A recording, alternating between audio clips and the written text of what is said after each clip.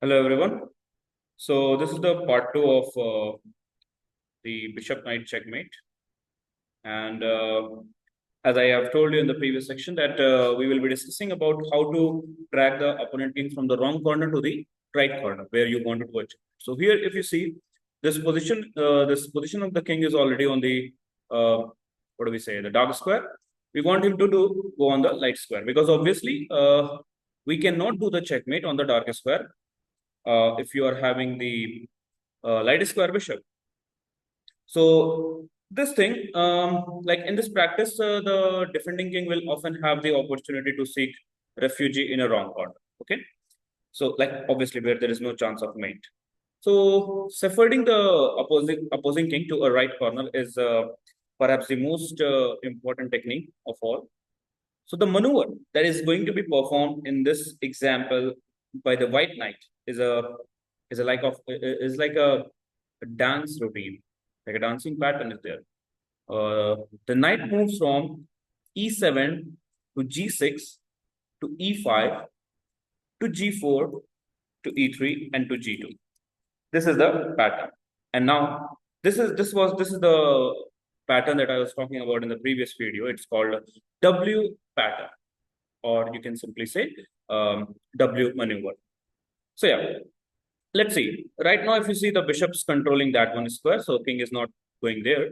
So we give a check, knight g6. King is forced to come onto this square, king f7, and now pretty much like you can play just a waiting move, forcing the king to go up because you can play bishop a2 also, or maybe bishop d5 also, just keeping the bishop on the same diagonal so that the king can't escape. So now, once you give a waiting move, see, there's a about waiting move concept. I would like to say one thing that bishops are the piece who can give a waiting move, but knights can never give a waiting move. So that's the thing. Now, bishop to d5, king has to go to h6 because obviously it's black's turn. Now you play bishop g8, takes away that square, forces the king to go to h1. And now, as I said, okay, if you play this, the king will go up, trying to escape here, so you have to go up again. So what we do, we try to control this square by knight e5. As I said, the W pattern will follow this thing. Now, there are two directions for the black king to go. The one is the run for freedom defense and the docile defense. So let's first talk about the run for freedom defense. Like king will try to go h4 and he will try to escape via this square to a dark square corner without touching the light square corner. So yeah, king h4, but then you simply play a move that is king f5. Now, king g3, he will try to escape, but no need to worry. I'll show you how to make a barrier along this thing so that the king can't escape like this. Knight g4 controls this square. King f3 trying to escape via this square, but then the move that you have to think of in here to control this barrier is bishop c4. Look at that, how awesome the move is. Now, so yeah, that is the thing. Bishop c4, the timely use of a bishop barrier. Now, white covers e2 square and bishop covers this thing and knight covers the e3. So king moves back to g3. Then bishop d5, controlling this, and everything is controlled. Now, the thing is, you must be thinking, what if king g2? But king g2 is, again, helpful for you only because you will brought up your king inside the game and king can't go here. King has to go to h3 only. And then you play knight e3, following the W pattern. King will go up, but no need to worry. Just simply give a knight f5 check. If the king goes up, I'll show you knight f5. King goes up, then I hope everyone can find the move.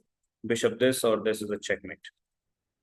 So knight f5 check, the king has to come down again. So the king is again going to that square. So yeah, let's see. So that's the thing. After bishop c4, king will go to g3. And now we have bishop d5, controlling this barrier now. Look at that barrier.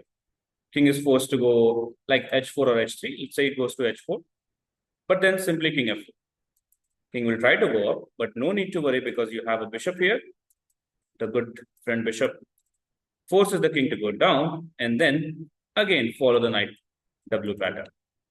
King will try to come back to h3.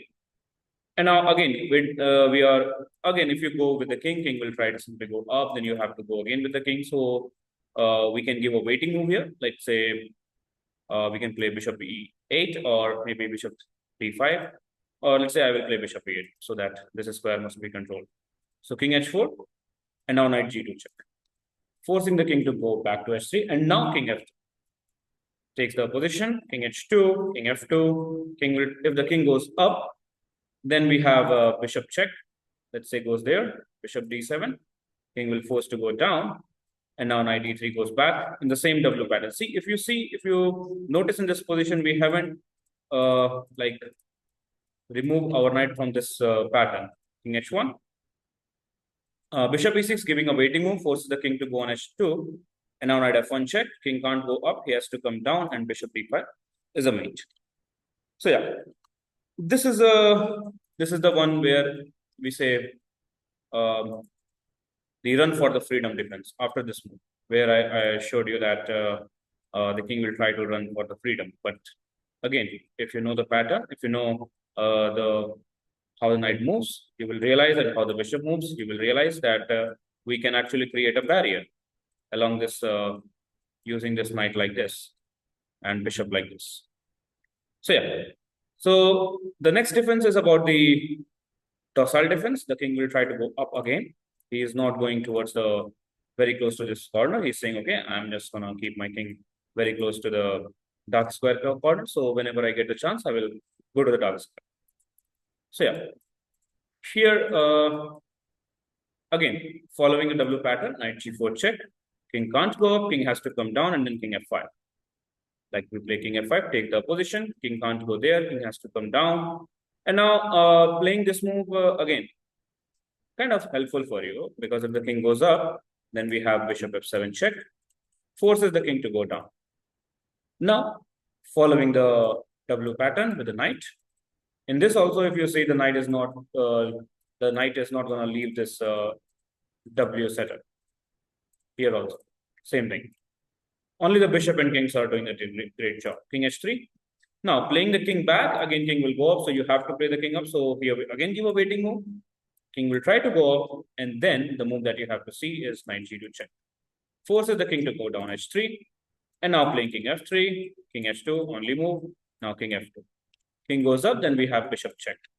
And that's what happened here. King will force to go down. And now knight e3 again, going for the f1 square to give a check. King will go to h1, give a waiting move again, because you want this king to come here so that you can give knight f1 check. And then knight f1 check will be good. Let's say after king h1, play a waiting move on the same diagonal. Remember this. So king h2, and now knight f1 check. King will force to go down. And now I hope everyone see the move. That is bishop d5, doing the checkmate. So yeah, that is the thing. And so in the next video, like I will be doing some different bishop knight checkmate patterns. So you can go through that, and you can try to solve those positions. I will be uploading, I think, at maybe 4 to 5 positions will be there, because yeah, we can do the checkmate like from 20 to 30 moves, or maybe 35, not more than 40. Like it doesn't take more than 40 moves, depending on the position of the opponent's king. Like I will also be doing when the opponent's king is completely in the center of the board. He will be in the core center, and then there also we have to use the the knight and bishop barrier, and forcing the king to go all the way to the edge of the board or to any corner of the board, and doing the checkmate, considering that what color square you have the bishop is. So yeah, that is the thing. And feel free to drop down your ideas and anything that you want to add up in this thing. You can add it up, and we'll review your comment sections also. So yeah, that is all. See you again in the next video with the practice sessions.